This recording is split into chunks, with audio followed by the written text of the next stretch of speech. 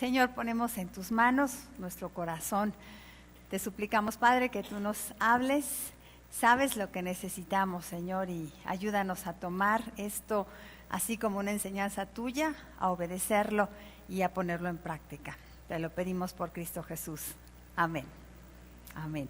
Mi adoración a Dios es el tema de este día. Y comienzo contándoles una anécdota que ya les he contado. Las que han estado en la clase de membresía conmigo ya se la saben. Pero por si no la saben o no la recuerdan, ahí les va. Estábamos en Chihuahua, mi esposo y yo, jovencitos, cuando Marcos Witt comenzaba apenas como cantante. ¿Se acuerdan aquellos años? Hace chorrocientos años, pues yo estaba jovencita, así que hace muchísimo, ¿no? Y entonces fue a dar un concierto ahí en el Auditorio Municipal de la ciudad de Chihuahua, y pues ahí vamos todos, ¿no? De todas las iglesias cristianas de diferentes corrientes, pero ahí estábamos juntos escuchando el concierto. Y era desde entonces así concierto cosa rara, porque un concierto es que te sientas a escuchar, ¿no? Pero él así como que era de que todo el mundo cantando junto con él, y entonces estaba todo el mundo de pie, cantando las canciones con Marcos Witt, y adelante de nosotros, de mi esposo y de mí, estaba unas personas que venían de otra iglesia que no eran bautistas, de estos acá carismáticos emocionados, ¿no? Y no, hombre, la hermana que estaba frente a mí cantaba con una emoción y en un éxtasis que yo dije, ahorita se eleva al cielo esta mujer, ¿no? ¡Wow! Yo estaba admirando de verdad su espiritualidad. Pensaba yo, ¿no? Al estar cantando, los brazos levantados y acá, en un éxtasis, ¿no? Pero estaba su niño junto a ella y le jalaba la falda, mamá, mamá. Y ella acá seguía, ni caso le hacía al niño, ¿no? Y el niño insistía, mamá, mamá. Y seguía cuando de pronto el niño, mamá, necesito ir al baño. Y entonces ella se voltea, baja sus santas manos que tenía acá levantadas, tan emocionada, y con esa misma mano agarra y le da un santo cachetadón al niño. Y le dice, deja de molestar porque estoy adorando. Yo me quedé, porque soy de esas que se indignan cuando golpean a un niño. No, hombre, de verdad que la quería ahorcar a esa señora. Y decía yo, wow, ¿adorando? ¿Será eso adorar? ¿Será eso adorar? Estaba ella acá, yo pienso, en una situación carnal totalmente, de emociones, de la música que tiene poderes sobre nuestras emociones, ¿no? Y ella estaba acá en una cosa emocional, no en una cosa espiritual. Eso no es adoración. Y empiezo con esta anécdota para poner en la mesa desde el principio. Cuando vamos a hablar de adoración, mi adoración a Dios, vamos a hablar de lo que Jesús le enseñó a la mujer samaritana en ese día que habló con ella acerca de la adoración. Y el Señor desde ese momento le dijo, no tiene nada que ver la adoración con lo que haces en el culto ni con tus emociones. Volvemos a la historia de la mujer samaritana, a la que le estamos así como sacando gajito a gajito, hasta la última gota de juguito. Y pues estábamos platicando de que ella, ahí en esta conversación con Jesús, primero pues Jesús la confronta, ¿no? Y le dice, tráeme a tu marido, porque Jesús le quiere ofrecer agua de vida. Sabe que lo que ella tiene en su corazón es una gran sed. A lo mejor ella ni cuenta se ha dado, ¿no? Nada más anda buscando. Y el marido y el otro marido, porque quiere saciar su sed, pero ni siquiera sabe, ¿no? ¿Qué es eso lo que tiene una gran sed? Pero Jesús sí, porque Él conoce los corazones de los seres humanos. Y Él, antes que nosotros nos entendamos a nosotras mismas, Él ya sabe cuál es nuestra necesidad y qué es lo que nos mueve a actuar como actuamos. Él sabía que tenía sed y quería darle esa agua. Y le ofrece agua viva.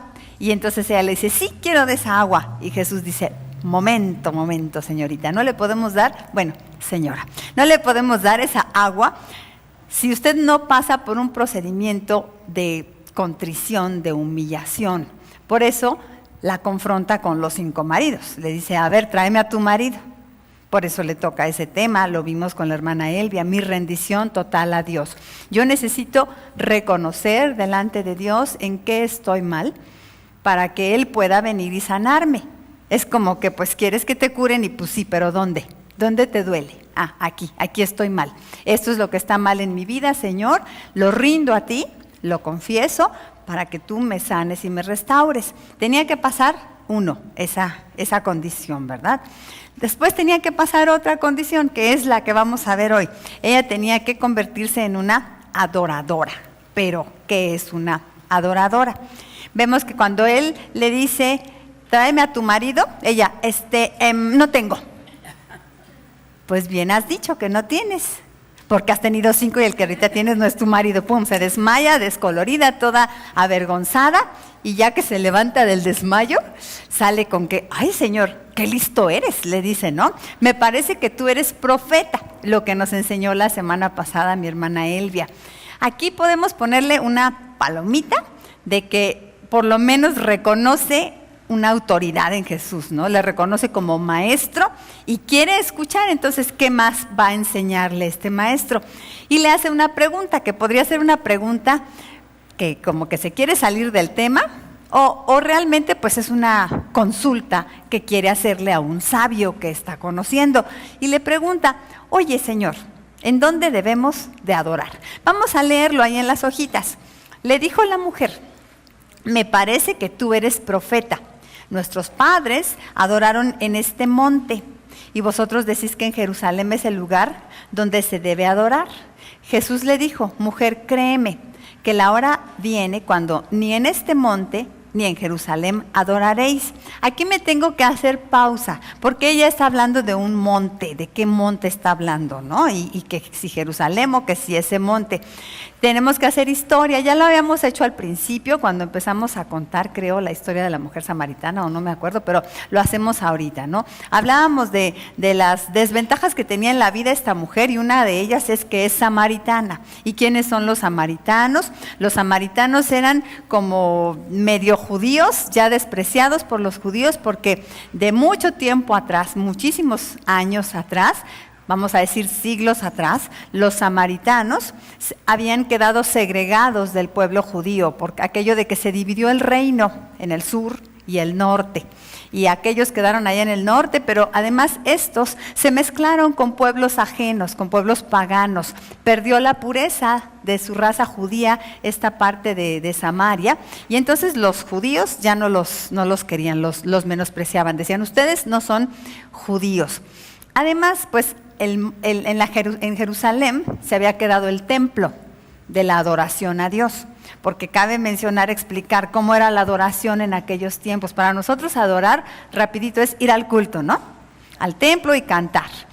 Y ellos sí tenían un templo, solo un templo, y estaba en Jerusalén. Y también iban al templo a adorar, pero nada que ver con lo que nosotros hacemos, no iban a cantar. Ellos iban a llevar ofrendas a Dios, sacrificios delante de Dios. De hecho, ni siquiera entraban al templo. Ellos los entregaban, estos sacrificios, a los sacerdotes, y eran los sacerdotes los que los entregaban en adoración a Dios de parte del que se los había dado. En eso consistía la adoración de ese tiempo. Se quedan los del sur con el templo, y entonces todos los que están en el norte, los samaritanos también, ahora ¿cómo van a adorar a Dios si ya no tienen un templo? Bueno, pues ellos se inventan, ¿no? De que ahí en este monte, es el monte Gerizim, que en este monte Gerizim es donde se va a adorar a Dios. Tenía para ellos historia este monte, que porque allí Moisés y Abraham habían hecho diferentes también adoraciones a Dios, Abraham primero y después Moisés. Entonces tenía como para ellos historia y era muy valioso. Y por eso los del norte y los samaritanos en particular adoraban a Dios en Gerizim.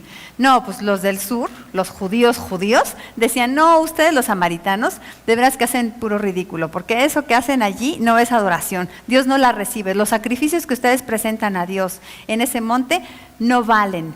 Por eso es la pregunta de ella en ese momento. Le dice a Jesús, oye, pues tú que eres tan sabio, dime, ¿dónde debemos adorar? ¿En Jerusalén o en este monte? Y miren lo que Jesús le contesta. Vosotros adoráis lo que no sabéis. Nosotros adoramos lo que sabemos. Más adelante les voy a explicar esta respuesta de Jesús, porque la salvación viene de los judíos.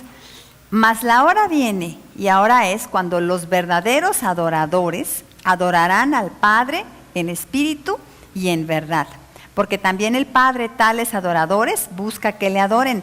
Dios es espíritu, y los que le adoran en espíritu y en verdad es necesario que adoren.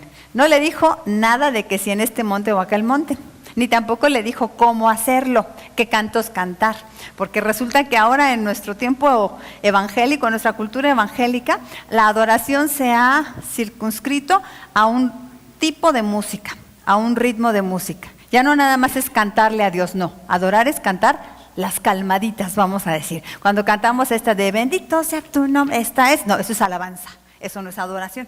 Adoración son quiero levantar mis manos, eso es adoración, dicen nuestros hermanos, algunos grupos evangélicos, ¿no? Y Jesús, nada que ver con eso, le dice, le da una respuesta diferente. Vamos a leer lo que escribí aquí en esta introducción, hermanas, para evadir el tema escabroso de los maridos. La samaritana se va por la tangente, usa el tema religioso que no tenía nada que ver con su conversación con Jesús.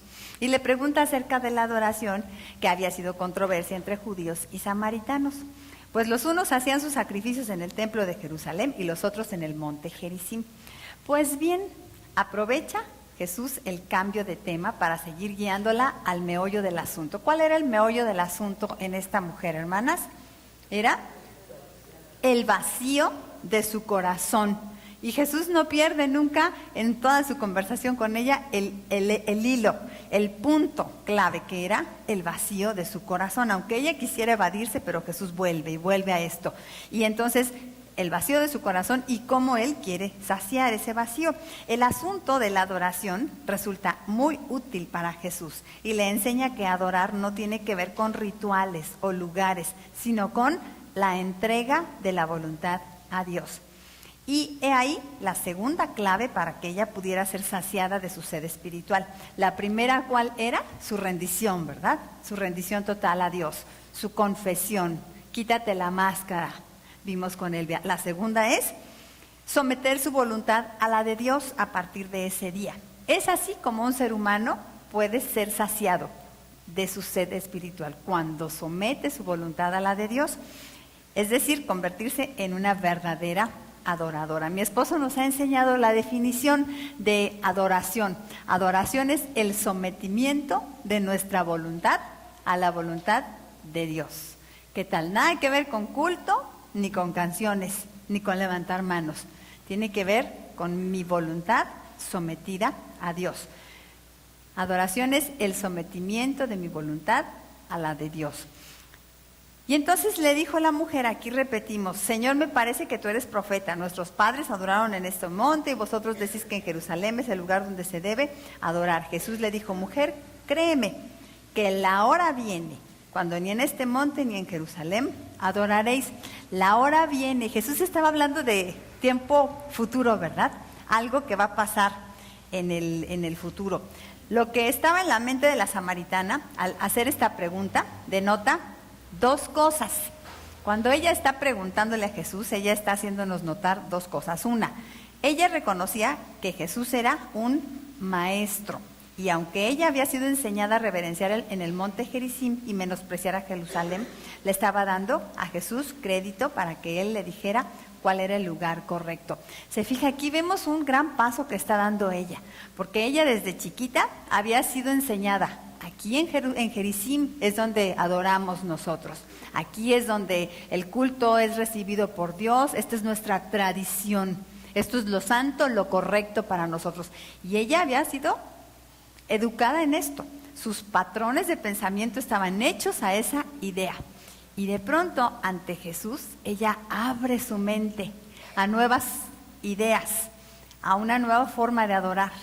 Y demuestra aquí que está dispuesta a aprender de Jesús algo diferente a lo que ella estaba acostumbrada. Qué gran ejemplo nos da esto, ¿no? Porque en muchos sentidos, no nada más religiosamente, sino en muchos sentidos, nosotras cuando venimos a Cristo, tenemos que como poner nuestra mente en blanco y aceptar que todo lo que yo he sabido, conocido y hecho, tal vez no es la única verdad, que hay opción en Jesús para aprender un método diferente en la vida, y particularmente en esto de relacionarnos con Dios, porque en eso consistía la adoración. ¿Cómo me relaciono con Dios? Llegar a Cristo es decir, acepto, Señor, que no es a mi manera, sino que es a tu manera. Y así tenemos que acercarnos delante de Dios. Ahorita Almita daba ese testimonio, ¿verdad? Que cómo llegó aquí a la iglesia, dice, destrozada, católica y neurótica. Pues todo eso tuvo que ser puesto delante de Dios, ¿no? Y el Señor a darle una nueva mente. Pero no pudo haber sido saciada la sed de Almita ni de ninguna de nosotras si no somos capaces de decirle al Señor, enséñame tú. Aquí estoy y tú dime por dónde y cómo.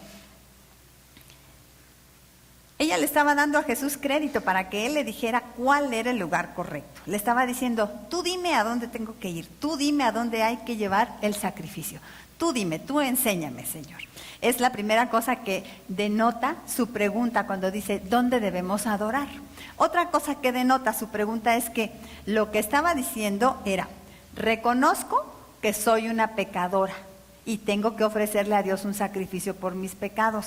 Si se fija, cuando le dice, ¿a dónde tengo que ofrecer sacrificio? ¿A dónde tengo que adorar? Ella está diciendo, es que yo necesito. Yo reconozco que necesito relacionarme con Dios. Es parte de lo que es la verdadera adoración. Entender que soy una persona muy necesitada de Dios, que necesito acercarme a Él. Y en este sentido de adoración, que era llevarle sacrificios por el perdón de los pecados, porque para eso iban. Ellos iban al templo a llevar los sacrificios para ser perdonados por sus pecados. Ofrecían becerros, corderitos, como pago por los pecados. Así que quien llevaba adoración estaba reconociendo, soy pecador. Es importante. Reconozco que soy pecadora y tengo que ofrecerle a Dios un sacrificio por mi pecado. Tengo que llevar una ofrenda a la casa de Dios y ponerme a cuentas con Él. Este también es un ejemplo que tenemos que seguir. Cuando vamos a adorar a Dios, tenemos que hacerlo en esa humildad de reconocer que no merezco nada, que le he fallado, pero que qué bendición que me permite un canal para acercarme a Él.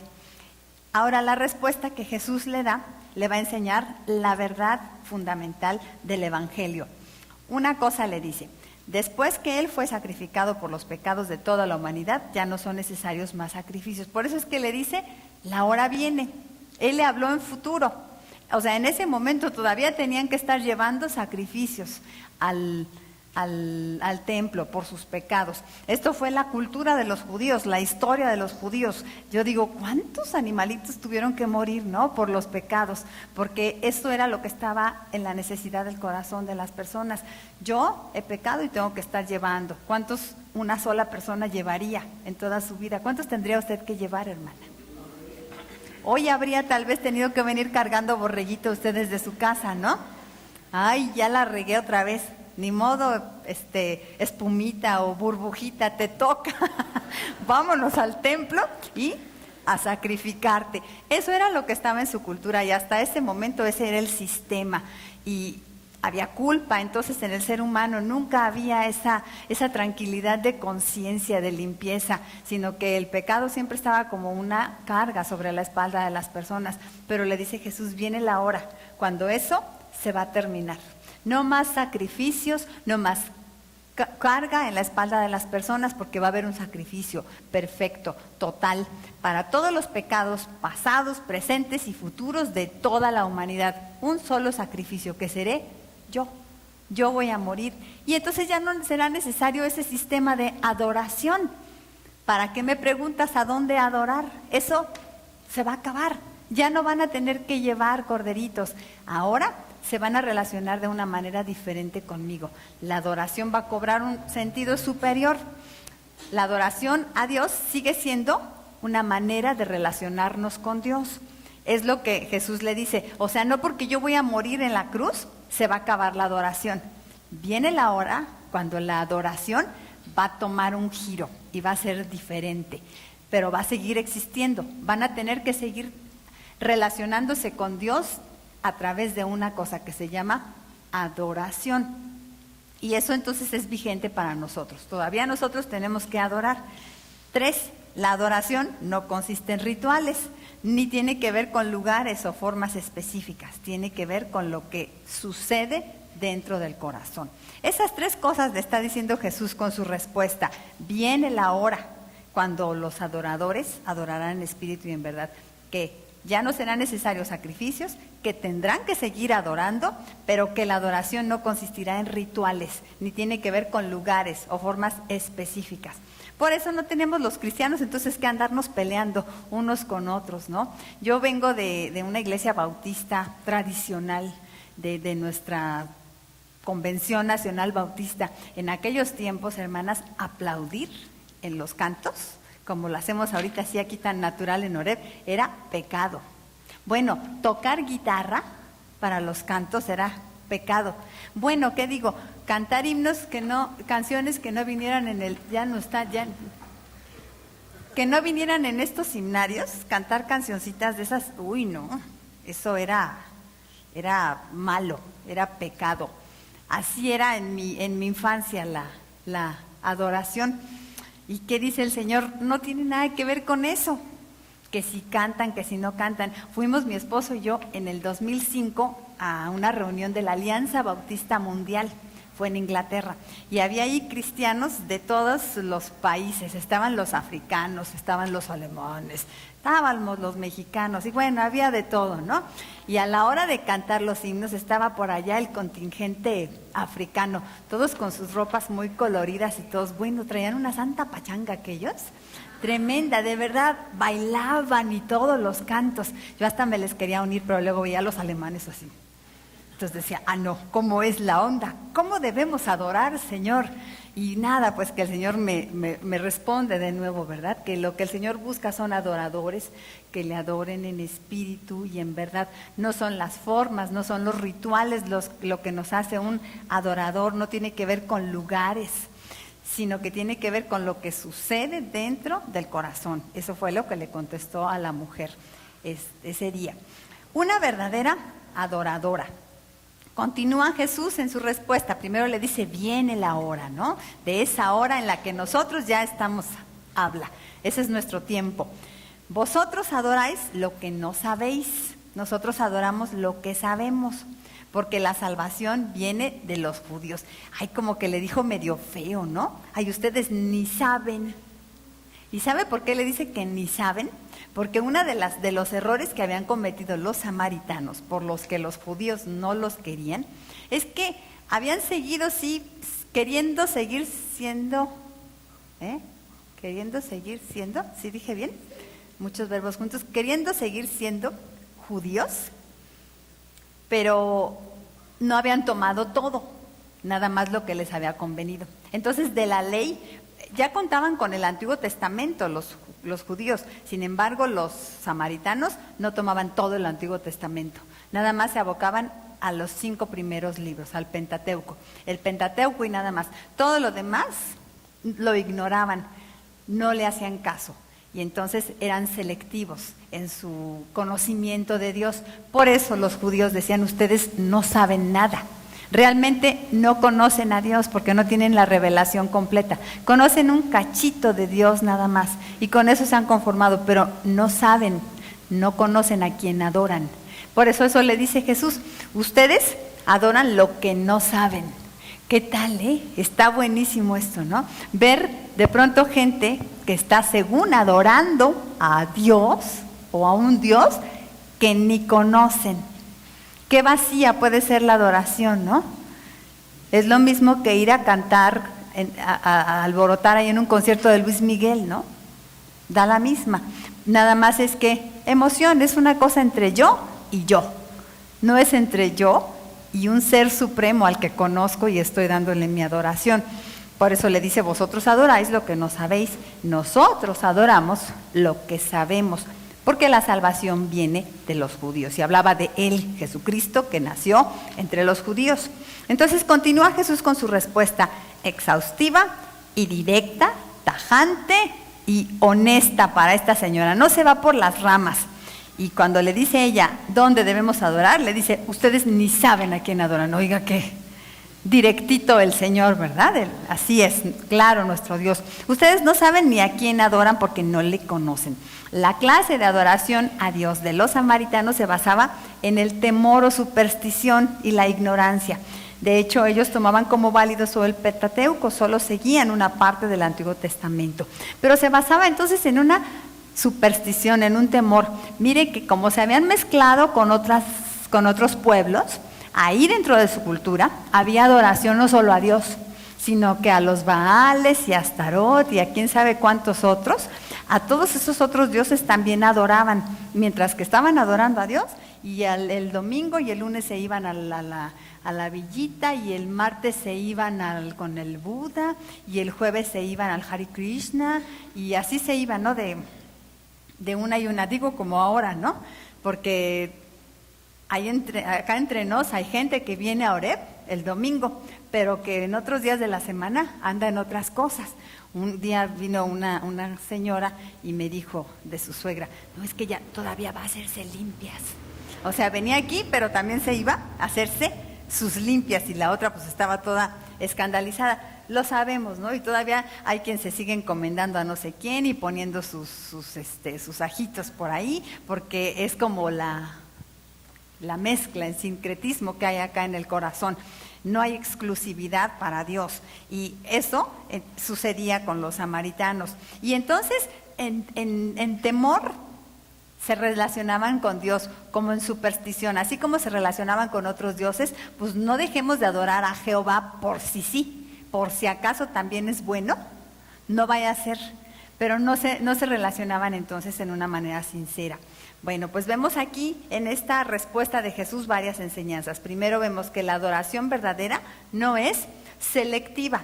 ¿Qué es esto? Que relacionarme con Dios es tomar toda su verdad, no nada más lo que a mí me gusta, lo que a mí me conviene.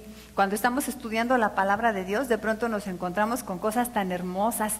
No temas porque yo estoy contigo. Todo lo puedo en Cristo que me fortalece. Jehová es mi pastor, nada me faltará.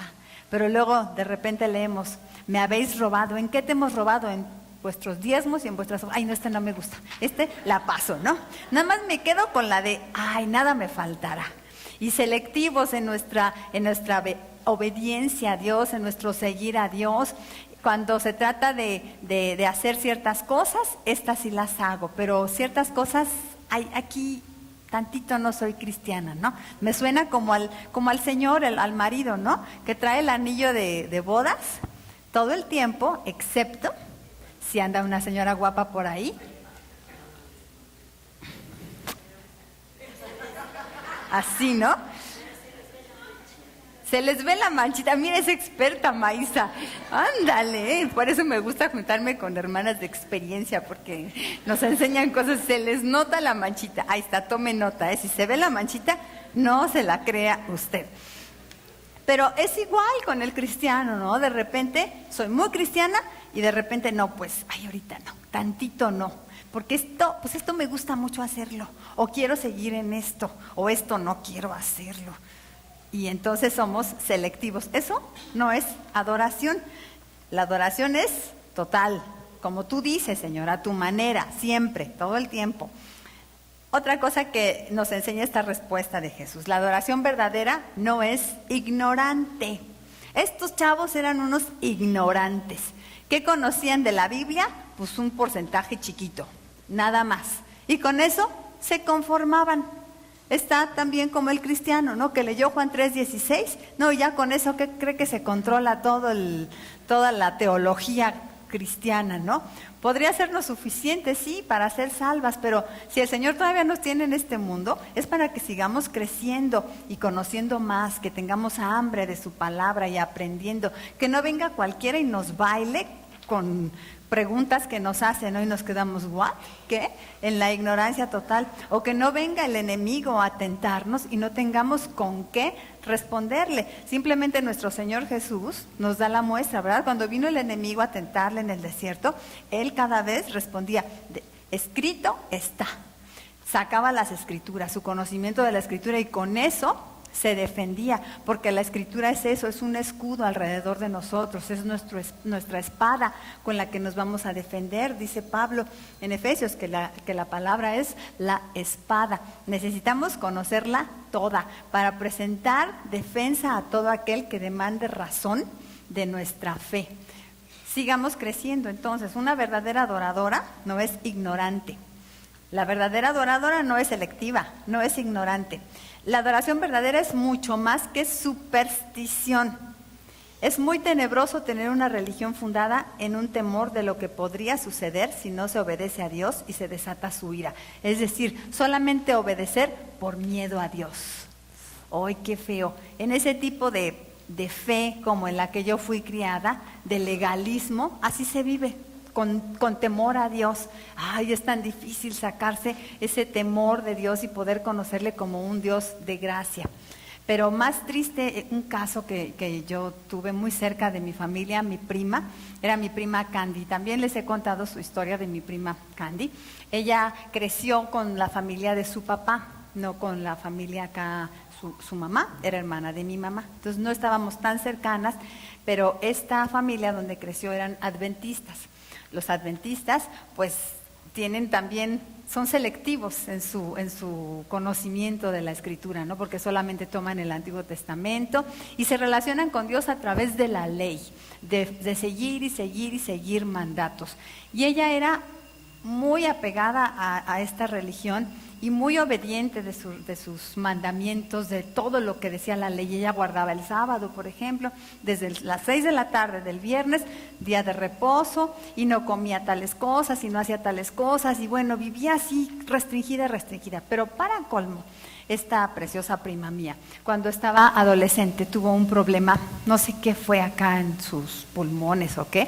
El caso es que tuvo una traqueostomía. Y entonces ella tenía aquí una cánula y así es como respiraba. Era muy vulnerable, de hecho murió joven mi primita, pero era su salud súper vulnerable, precaria, así que no podía ella andar en la calle así normal como una chava de esas pues mundana y a los antros y que no hacía nada de nada, además de que por su religión, por su salud, metida en la casa toda la vida. Pero fue deteriorando su salud y cuando tenía unos 20 y tantos años, pues ya estaba tan mal que estaba cerca de morir, estaba en el hospital y la fuimos a visitar mi mamá y yo. Yo era una niña y me acuerdo cómo se me grabó porque mi mamá empezó a compartirle, mi mamá ya era cristiana, ¿no?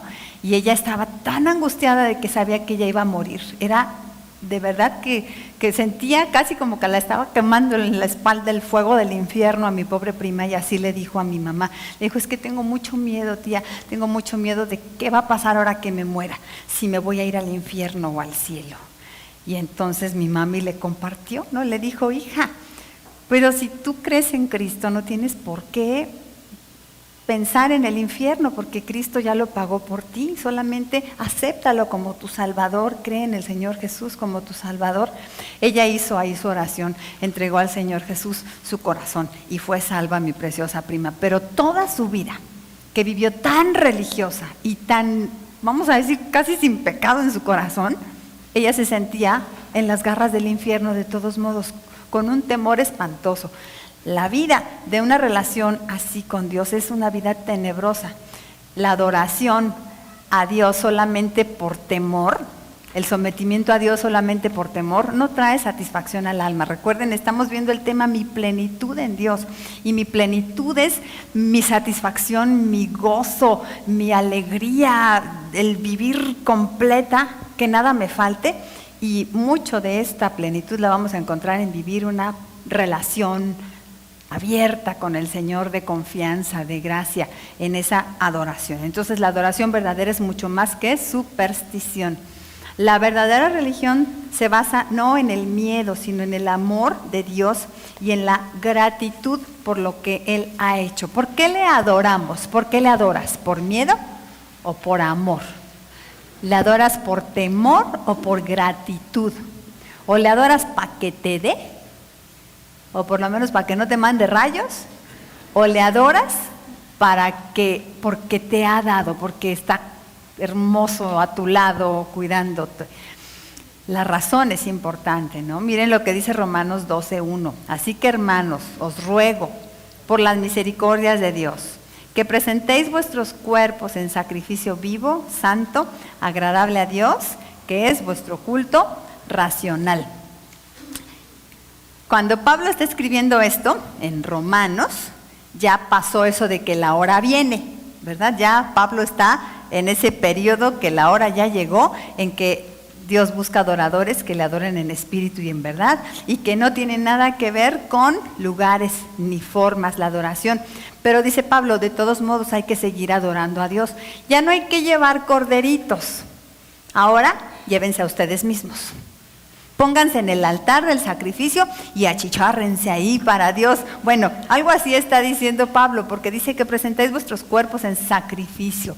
Y aquí, ¿se acuerdan? La semana pasada les prometí que íbamos a hablar del concepto de la palabra sacrificio en la cultura judía. ¿Qué significa sacrificio aquí?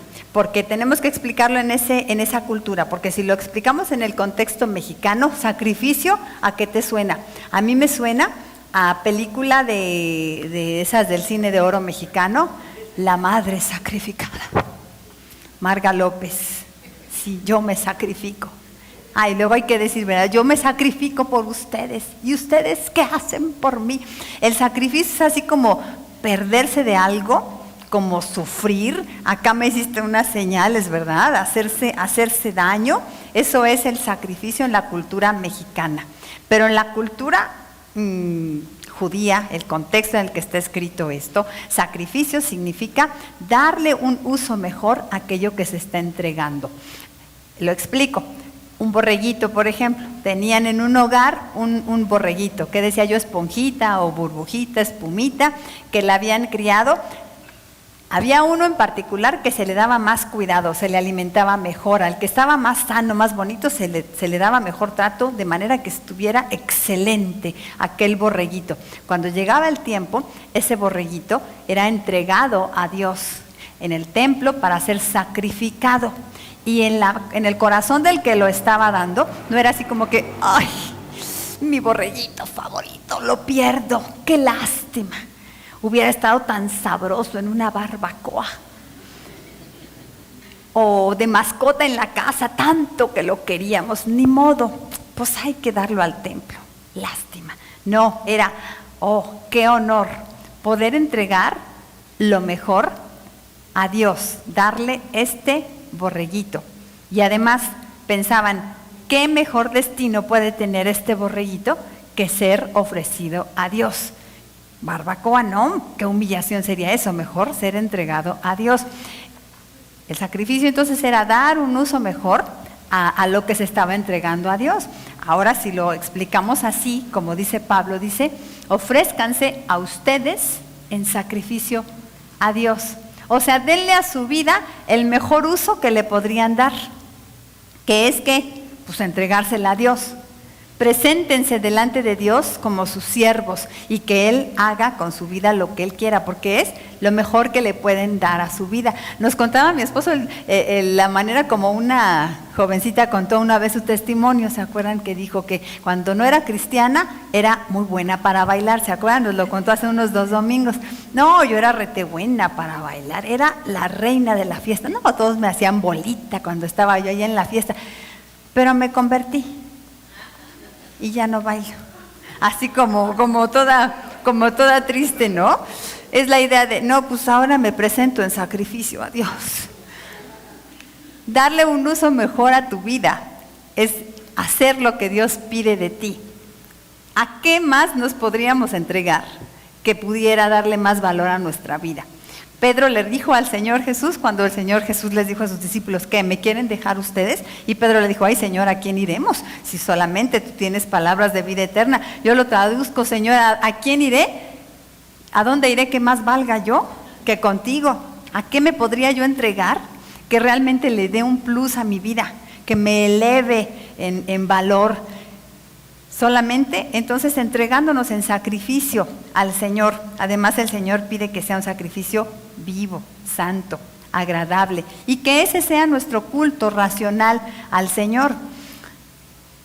La respuesta de Jesús entonces cuando le dice, vosotros adoráis lo que no sabéis, implica que nos convirtamos en verdaderos adoradores. Y el último punto que tengo acá, la plenitud del sometimiento de mi voluntad a Dios. Continúa Jesús con su respuesta y le dice, mas la hora viene y ahora es cuando los verdaderos adoradores adorarán al Padre en espíritu y en verdad, porque también el Padre tales adoradores busca que le adoren. Parece trabalenguas, ¿verdad? El arzobispo de Constantinopla se quiere desconstantinopolizar. Ok, porque también el Padre tales adoradores busca que le adoren. Dios es espíritu y los que le adoran en espíritu y en verdad es necesario que adoren. Pero ¿cómo lo repite tanto el Señor a manera de trabalenguas? Porque cuánto le importa al Señor, ¿verdad? Por eso lo dice, lo dice, lo dice y lo dice. O sea, ¿te quedó claro? Le dice Jesús que lo que yo quiero es adoradores que me adoren en espíritu y en verdad. Y aquí va, esta es la definición. Adoración es el sometimiento de mi voluntad a la de Dios. A ver, ¿me quieren ayudar a repetirlo, por favor? Adoración es el sometimiento de mi voluntad a la de Dios. O sea que yo puedo ir al culto y cantar súper bonito, o medio feíto, porque luego no cantamos tan bonito, pero canto casi con todas las ganas, ¿no? Pero si mi voluntad no está sometida a la de Dios, pues yo estoy cantando para mí, para mi carne. Pero puede ser que yo ni siquiera canto, porque soy muda a lo mejor. No puedo levantar manos porque no tengo a lo mejor, o tengo reumas, o me duele por las operaciones que me han hecho y no puedo levantar el brazo. Pero si yo tengo mi voluntad sometida a la de Dios, entonces soy una adoradora. Ahora, si yo tengo mi voluntad sometida a la de Dios y aparte vengo y canto en el culto, no hombre, pues qué adoración tan hermosa será eso, ¿verdad? Eso es lo que esperamos que pase los domingos en la iglesia, que sea una manifestación de lo que nuestras vidas durante la semana fueron, y cuando venimos a cantar, le digamos al Señor, y por eso aquí estoy cantándote, que no sea una alabanza vacía. Y miren qué largota lectura bíblica les voy a poner allí, porque preferí leerla de palabra de Dios que decirlo yo, porque está muy fea, fuerte. Dice el Señor: ¿para qué me sirve, dice Jehová, la multitud de vuestros sacrificios?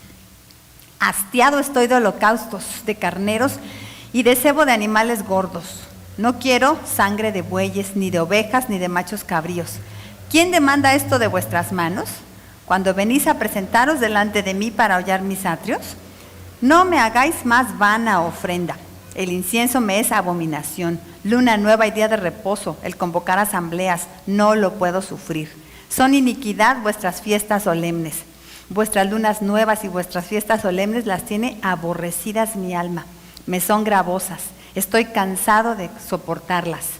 Cuando extendáis vuestras manos, yo esconderé de vosotros mis ojos. Asimismo, cuando multipliquéis la oración, yo no oiré. Llenas están de sangre vuestras manos. Lavaos y limpiaos, quitad la iniquidad de vuestras obras de delante de mis ojos. Dejad de hacer lo malo, aprended a hacer lo bueno. Buscad el juicio, restituid al agraviado, haced justicia al huérfano, amparad a la viuda. Venid luego, dice Jehová, y estemos a cuenta. Si vuestros pecados fueren como la grana, como la nieve, serán emblanquecidos. Si fueren rojos como el carmesí, vendrán a ser como blanca lana. Isaías 1, 11 al 18. Ándele. ¿Qué tal que nos dijera eso el Señor el domingo? Ya cállate, deja de estar cantando eso. ¿Cómo dices que soy tu Señor si no me obedeces? Hay un canto bien fuerte que cantan así unos hermanitos acá, me encanta su tipo de música. Dice: me llamas Señor y no me obedeces. Me llamas Maestro y no me sigues. Me llamas Camino y no me sigues.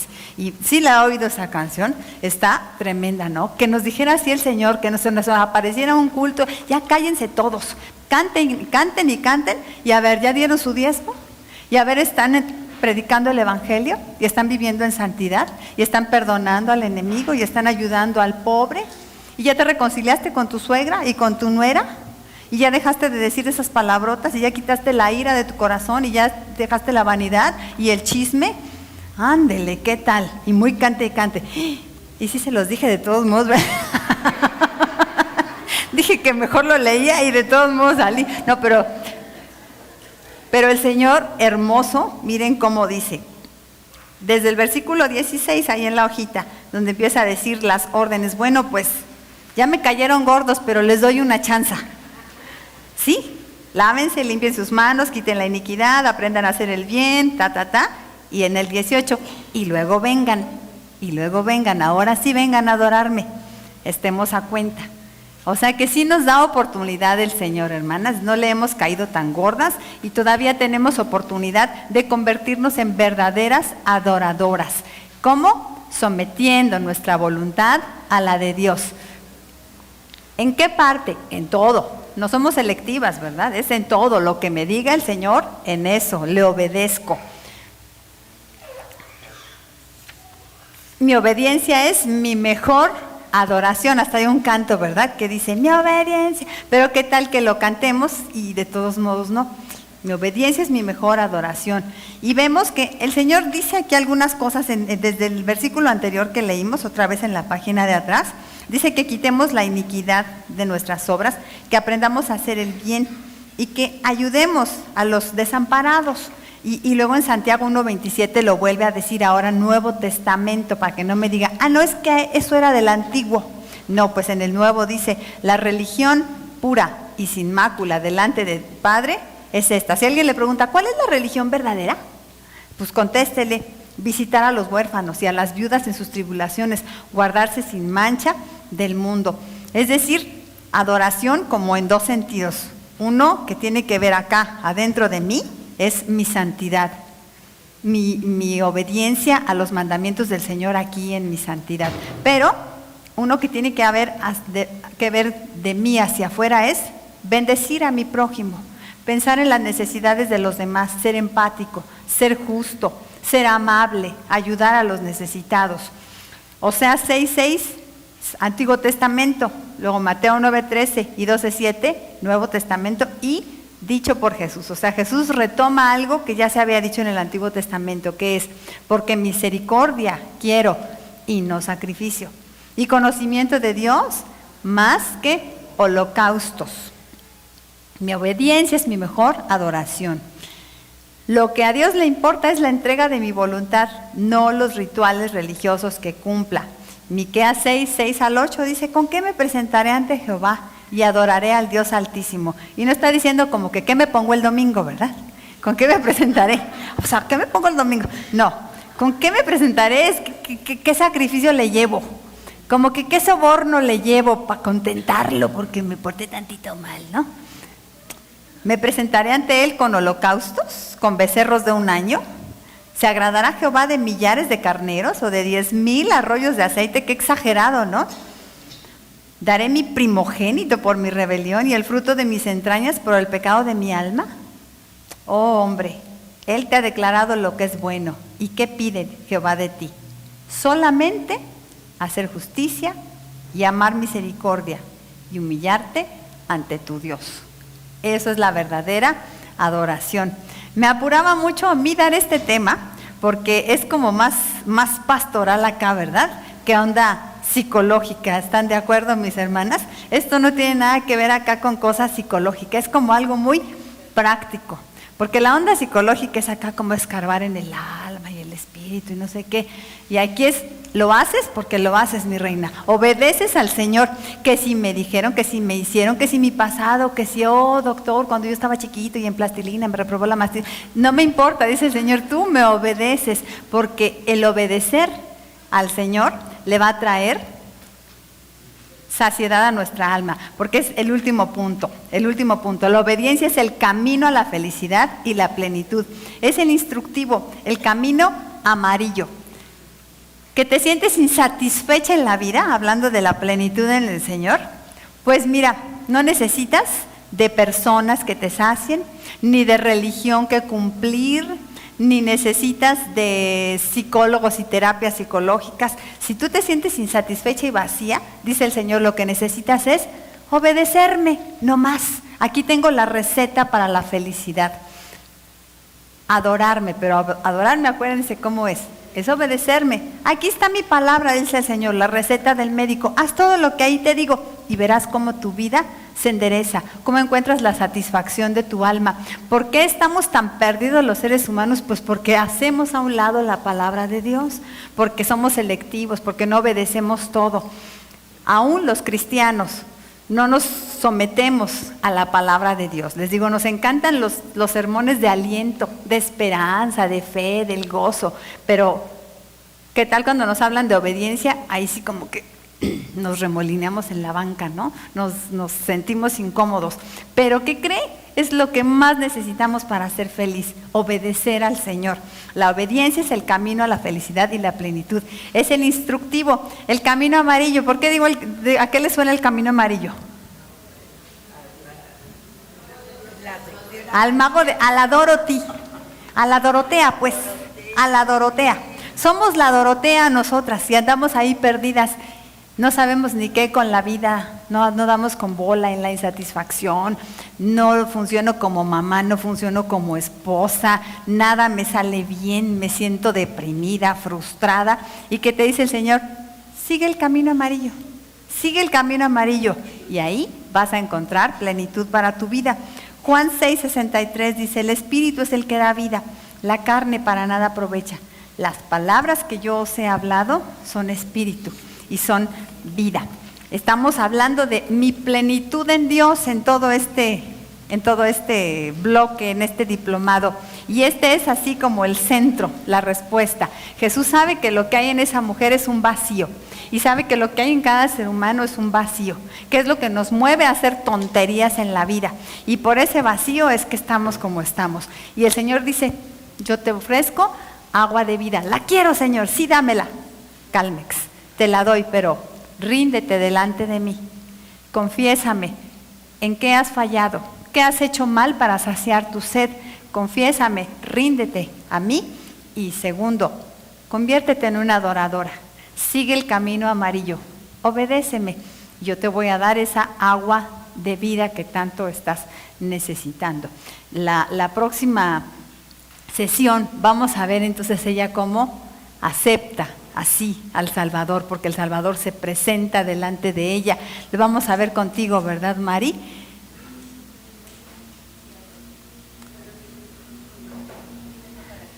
No, espérense, no me hagan eso porque yo ando en Colombia. ¿A quién le toca? ¿El próximo? Bueno, ahorita platicamos. Ahorita nos comemos un pollito y vemos a quién le toca porque vamos a ver ese tema. Está buenísimo. Cuando Jesús le dice, pues yo soy el que habla contigo. Y entonces se encuentra esa satisfacción plena. Toma de esa agua de vida. Hermanitas, hagamos nosotros mirémonos en el espejo de esta mujer y hagamos lo que el Señor le va diciendo. Reconozcamos delante de Él nuestro pecado y obedezcamos. Tomemos el concepto de adoradora, sometiendo nuestra voluntad a Él para nosotras mismas. Seamos unas verdaderas adoradoras. Oremos. Gracias, Señor, porque en ti hay plenitud de vida y respuestas a todas nuestras preguntas, Señor. Nos conoces como mujeres y sabes, Padre, por qué torbellinos pasamos a veces, Señor. Torbellinos emocionales y frustraciones, Señor, que como humanos tenemos que enfrentar. Pero gracias, Señor, porque tú aclaras todo panorama y nos pones enfrente tu palabra hermosa para iluminarnos el camino, Señor, lleno de luz para que andemos por él y vivamos en plenitud. Te suplico, Señor, que nos des esa sabiduría a cada una y que en medio de cualquier lucha que estemos viviendo, optemos por seguir tu palabra y con ello, Señor, encontrar la luz que necesitamos, ser saciadas. Ayúdanos, Padre, a creerte, a obedecerte. Te lo pedimos por Cristo Jesús. Amén. Amén. Muy bien. Hermana.